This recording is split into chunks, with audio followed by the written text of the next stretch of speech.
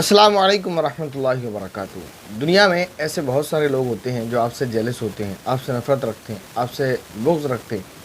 वो लोग आपको नीचा दिखाने के लिए कुछ भी कर सकते हैं। वो बहुत सारी चालें चलते हैं, तदबीरें करते हैं, आपको बदनाम करने की कोशिशें करते हैं, आप पर इल्ज़ाम लगाते हैं। इस तरह का एक वाक़या मेरे साथ भी हुआ। सब इंसान हैं हम सब, और एक दूसरे के साथ प्यार मोहब्बत के साथ रहने वाले हैं। लेकिन बाद ऐसे होते हैं हम में कि एक दूसरे से जेलसी रखते हैं, हसद रखते हैं। तो कुछ ऐसे भी लोग हैं जो हमसे हसद रखते हैं, जेलसी रखते हैं, लेकिन अल्लाह का करम है, हमने जब उन्होंने कुछ ऐसा कारनामा किया, जब कि हमारा उनसे आमना-सामना हुआ या कोई बात हो गई, तब तक तो थी नाराज़गी वगैरह जो बात है, लेकिन उसके बाद हमने उनको कभी सीरियस नहीं लिया। उनको जब भी कभी उनसे मुलाकात हुई, उनको इज़्ज़त की निगाह से देखा, उनको सलाम दुआ किया, और हत्ता कि उन्होंने अगर कोई बुरा बर्ताव हमारे साथ किया है, तो हमने कभी उसका ज़िक्र नहीं किया है। ये आपको बताया जा रहा है इसलिए कि आप इस पर अमल करें। एक वाक़या मैं आपको सुनाता हूँ। ऐसे ही एक कोशिश हमारे साथ भी की गई। कुछ लोग होते हैं जो ये चाहते हैं कि भई इसको नीचा दिखाना है, तो वो कुछ भी फिर कर गुज़रने को तैयार होते हैं। तो ऐसे ही एक इल्ज़ाम मेरे ऊपर लगाया गया, और वो बात एक शख़्स ने जो लोगों में, यानी लोगों के दरमियान मोअतबर समझे जाते हैं, और वाक़ई वो है भी उस हलक़े के अंदर मोअतबर। ज़ाहिर है, जब कोई इल्ज़ाम उन्होंने मेरे लिए लगा दिया तो मेरे लिए तो मोअतबर नहीं है। तो उन्होंने वो बात कई जगह फैलाई कि मुफ्ती नासिर साहब जो हैं वो इस तरह बात करते हैं और ये कहते हैं। उन्होंने एक जगह कही तो ज़ाहिर है लोगों ने, पहले आवाम ने सुना तो यकीन कर लिया कि भई ये मोअतबर आलिम आदमी है, कह रहे हैं, बात दुरुस्त है। फिर उन्होंने उस बात को उलमा के दरमियान फैलाने की कोशिश की। एक आलिम साहब से कहा, उन्होंने भी इत्तेफाक से उनकी बात का यकीन कर लिया। फिर उन्होंने एक और से कहा, उन्होंने भी उनकी बात का यकीन कर लिया। फिर उन्होंने कहा एक और उस्ताद से जो हमारे शहर के बड़े बड़े आलिम दीन हैं, मुफ्ती हैं, और हमारे उस्ताद भी हैं। वाक़या काफ़ी पुराना हो गया, शायद उनको समझ आ भी जाए ना भी आए। उनसे कहा, जब उन तक ये खबर पहुँची, इत्तला पहुँची कि इस तरह का मामला है, तो उन्होंने मेरे वालिद साहब को फ़ोन किया कि उनका असल में मेरा नंबर नहीं था उनके पास, कि अब्दुल नासिर कहाँ हैं? कि अब्बू जी ने फिर ये कहा कि वो घर पर नहीं है, कि वो जहाँ भी हैं उन्हें फ़ौरन मेरे पास मदरसे भेजें। तो अब्बू जी ने मुझे फ़ोन किया, कहने लगे क्या कोई बात हो गई क्या? मैंने कहा नहीं, मुझे नहीं पता कि ऐसे-ऐसे मुफ्ती साहब ने याद किया। अच्छा, जिन मुफ्ती साहब ने याद किया वो शहर के बड़े आलिम भी हैं। दूसरा ये कि उस्ताद तो हैं मेरे अगरचे, लेकिन उनसे जो ज़माने तालिब इल्मी से ही ताल्लुक़ ऐसा ही रहा है, बस उस्ताद और शागिर्द, इससे आगे नहीं था। वो सबक पढ़ाते थे और हम सबक पढ़ते थे, बस। तो उनसे ज़्यादा क्लोज़िंग वाला ताल्लुक़ आप कह लें कि नहीं था। तो वो तभी याद करते थे जब कोई काम होता था, या मैं उनके पास तभी जाता था जब कोई काम होता था, ऐसे ही नहीं। तो उन्होंने मुझे याद किया तो मुझे भी टेंशन हो गई, पता नहीं क्या बात हो गई और किस अंदाज़ से। अब्बू जी भी कहने लगे पता नहीं क्या बात हो गई, उन्होंने इस तरह फ़ोन किया कि जहाँ भी अब्दुल नासिर को भेज दो। ठीक है, पहुँच गए, वहाँ पहुँचे हैं, बैठाया उन्होंने। बैठाने के बाद उन्होंने मुझसे पूछा, क्या तुमने किसी से इस तरह मसला बताया है? मैंने कहा नहीं, कि किसी ने ऐसा कहा है। मैंने कहा मुफ्ती साहब, किसी ने अगर कहा है तो उससे मेरी बात कराएं। मैंने कब उसे ये मसला बताया है? मैंने अगर किसी को ये मसला बताया है तो मुझसे कहे ना आकर, ऐसी कोई बात तो है नहीं इसमें जो कि आदमी फेस ना करे। ऐसा हो सकता है मैं मान लूँगा इस बात को कि मुझसे समझाने में गलती हो गई है, अगर सामने वाला बंदा वो अल्फाज नकल करेगा जो मैंने उससे कहे, या हो सकता है उसको समझने में गलती हो रही हो। तो ऐसा तो नहीं है। तो वो भी नहीं बता रहे थे, पता नहीं क्यों, कि नहीं वो बात गई, जाने दें, लेकिन किसी ने कहा है तो मैंने तहकीक के लिए आपको बुला लिया। बहरहाल, तो ये इस तरह का वाक़या हुआ। ये समझें आप कि चंद लोगों में वो बात फैलाई गई और उन लोगों ने उसका यकीन कर लिया, और मेरी शख्सियत को मजरूह करने की, यानी गैर मोतबर बनाने की, और ये लोगों में दिखाने की कोशिश की गई कि ये लोगों को गलत मसाइल बताते हैं। अच्छा, इस पूरे वाक़े में चंद चीज़ें सीखने की हैं। एक ये कि हमें किसी की बात पर भी, चाहे वो आपके हल्के में मोतबर ही क्यों ना हो, एकदम यकीन नहीं कर लेना चाहिए, ख़ास तौर पर तब जबकि वो किसी पर कोई ऐसी बात कह रहा हो जो किसी के लिए बुरी बात हो। तो सामने वाले से कम तहक़ीक़ करना चाहिए। तो उस अवामी हलक़े को जिन्होंने यकीन कर लिया था, इसी तरह उन उलमा ने जिन्होंने यकीन कर लिया था, उनको चाहिए था कि जैसे मुफ्ती साहब ने मुझे बुलाकर तहक़ीक़ की, ऐसे ही उन्हें मुझसे तहक़ीक़ करना चाहिए थी।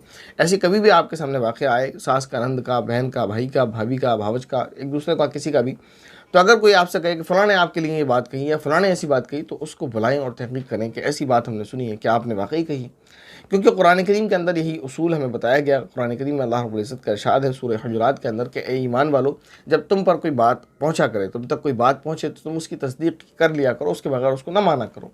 तो ये हमारी ज़िम्मेदारी है कि जब हमें कोई बात सुनने को मिले तो पहले हम उसकी तस्दीक करें, उसके बाद उसको मान लें, जैसा कि मुफ्ती साहब ने किया। और लोगों ने नहीं किया, और लोगों तक बात पहुंची तो उन्होंने मान ली, लेकिन मुफ्ती साहब तक बात पहुंची तो उन्होंने पहले तस्दीक की, बुलाया मुझे, और उन्होंने देखा कि ऐसी बात नहीं है और जो लोग बात कह रहे हैं वो गलत है। तो फिर उस बात की तस्दीक के बजाय तकज़ीब की गई और कहा गया कि जो बात फैलाई जा रही है वो गलत है, झूठ है। तो बात क्लियर हो गई। तो ऐसे ही कोई बात जब पहुँचे और फैले तो फिर पहले उसकी तहकीक करना चाहिए। अगर बात दुरुस्त है तो तस्दीक करना चाहिए, गलत है तो तकज़ीब करना चाहिए, नहीं कह देना चाहिए बात झूठ है। तो इससे बात बिल्कुल क्लियर और साफ़ हो जाती है। वो एक छोटा सा मसला था, मैंने कहा मुफ्ती साहब इस मसले में तो मैं गलती कर ही नहीं सकता। ऐसा नहीं है कि मैं गलत मसले में गलती नहीं कर सकता, कर सकता हूँ, इंसान है, लेकिन ये जो बात बताई जा रही है इसमें तो मैं गलती कर ही नहीं सकता।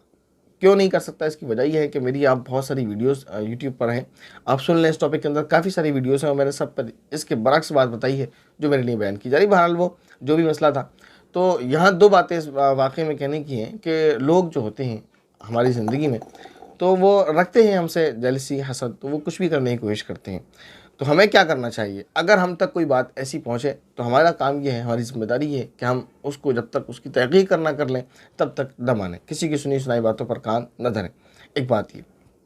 दूसरी बात ये कि जब हम किसी बात की तहक़ीक़ कर लें और बग़ैर तहक़ीक़ के हम उसको माने ना माने, ये बात तो यहाँ तक होगी। दूसरी बात ये कि अगर हमें ये पता चले कि हमारे ऊपर किसी शख़्स ने इल्ज़ाम लगाया था, तो ठीक है, आपको आपका दिल दुखेगा, आप नाराज़ होंगे, तो हो सके तो उसको माफ़ कर दें। अल्लाह ताला भी उसको माफ़ फरमाएँगे और इस पर आपको बड़ा अज्र देंगे। और अगर आपने माफ़ नहीं किया तो अल्लाह भी उसको माफ़ नहीं करेंगे, तो उसकी दुनिया और आखिरत दोनों तबाह हो सकती हैं। दुनिया नहीं तो आखिरत तो तबाह हो ही जाएगी। तो लिहाजा आपको उसे माफ़ कर देना चाहिए।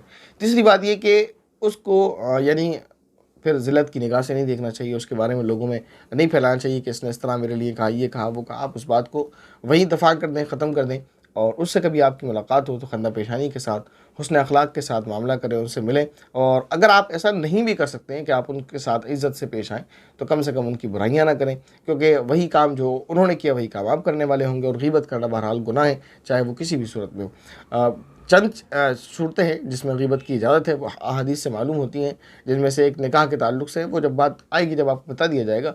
तो ख़ुलासा ये है कि कभी कहीं ऐसा आपके साथ मामला पेश आए तो उसमें आपको परेशान नहीं होना है, घबराना नहीं है। लोग इल्ज़ाम लगाते हैं, लगाने वाले, तो अगर लगा दें, जब मामला दफ़ा हो जाए तो फिर आप उसको लेकर टेंशन ना लें। बहुत सारे लोग होते हैं टेंशन लेते हैं, यार इसने मेरे ऊपर इल्ज़ाम लगा दिया, इसने मेरे लिए ऐसी बात कह दी। उस सारी चीज़ों को भूल जाएँ, अपनी ज़िंदगी में आगे बढ़ें, जिसको जो करना होता है वो करते हैं। वो पता नहीं कब से मेरे लिए ये बात लेकर बैठे थे, कोई मौका मिले, कोई मौका मिले, लेकिन उनको मौका नहीं मिल रहा था। और जब भी उनको जैसा भी समझ आया, उन्होंने जो काम उनको करना था कर दिया। बहरहाल, तो आज भी मेरी उनसे जब मुलाकात होती है तो वैसे ही इज़्ज़त के साथ मैं उनसे पहले भी मिलता हूँ, पहले मिलता था, आज भी मिलता हूँ। तो ऐसे ही अगर आपके सामने किसी के साथ मामला पेश आ जाए तो आप 3 काम करें। पहला ये कि अगर कोई आपके बारे में ये कहे कि आपके बारे में किसी ने ये कहा है, तो पहले उससे पूछें, उससे तहक़ीक़ करें, किसी भी तरह से तहक़ीक़ के बगैर आप ना मानें। दूसरा काम ये करें कि जब आप ये सारा मामला क्लियर कर लें, तो जिसने आपके बारे में बुरी बात फैलाई है, आप उसको उसके बारे में ग़ीबत ना करें, उसकी बुराइयाँ लोगों में ना करते फिरें, उसको माफ़ कर दें और उसके लिए अपना दिल साफ़ कर लें, अपने दिल में कीना ना रखें। और तीसरी बात ये है कि जब आप पर ऐसा इल्ज़ाम एलिगेशन लग जाए तो फिर आप सबसे पहले तो ये कि उसको लेकर मायूस ना हों, दिल छोटा ना करें कि मेरे ऊपर इल्ज़ाम लगा दिया गया और मेरी शख्सियत के बारे में ऐसी बात कह दी गई। ज़ाहिर है जब आप में वो बुराई नहीं है तो अपने आप को अफ़सोस करने की ज़रूरत नहीं है, लेकिन वाक़ई अगर हमारे अंदर वो ऐब पाया जाता है तो फिर हमें उसकी इस्लाह करनी चाहिए। और सामने वाला जो हमारी बुराई कर रहा है, बुराई बयान कर रहा है, और फिर बुराई ना समझकर हमें ये समझना चाहिए कि हमारी हमारा मुस्लिह है और हमारी इस्लाह चाहता है, तो लिहाजा हमें अपनी इस्लाह कर लेनी चाहिए। अस्सलामु अलैकुम व रहमतुल्लाहि व बरकातहू।